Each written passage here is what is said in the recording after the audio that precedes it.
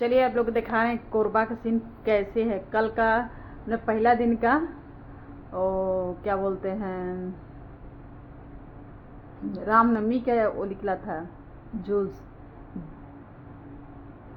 तो उसको दिखा रहे हैं। चलिए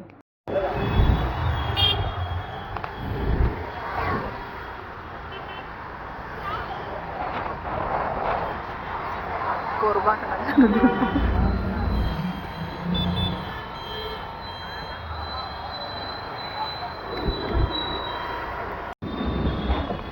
ये है कोरबा का